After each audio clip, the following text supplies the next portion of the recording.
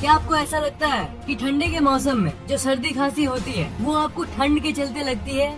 जब आपको सर्दी होती है तब आपकी माँ आपको जरूर ठंडे पानी पीने से रोकती होगी और बाल भिगाने से मना करती होगी। आप आइसक्रीम इसलिए नहीं खाते क्योंकि आपका गला खराब है। पर ये सब बिल्कुल बिल्कुल झूठ बातें हैं। असल में वो सर्दी खांसी और ठंडा, इन दोनों का आपस में दूर दूर तक कोई कनेक्शन यानी दूर दूर तक कोई संबंध नहीं है। सर्दी खांसी एक वायरल इन्फेक्शियस डिजीज है, मतलब वो एक वायरस के चलते आपको लगता है जो आपके आसपास मौजूद लोग फैलाते हैं छींकने और खांसने के जरिए। जब वो वायरस दूसरों से आपके अंदर चली जाती है ना, तब आपको सर्दी खांसी होती है, न कि जस्ट इसलिए क्योंकि आप ठंडा पानी पी रहे हैं।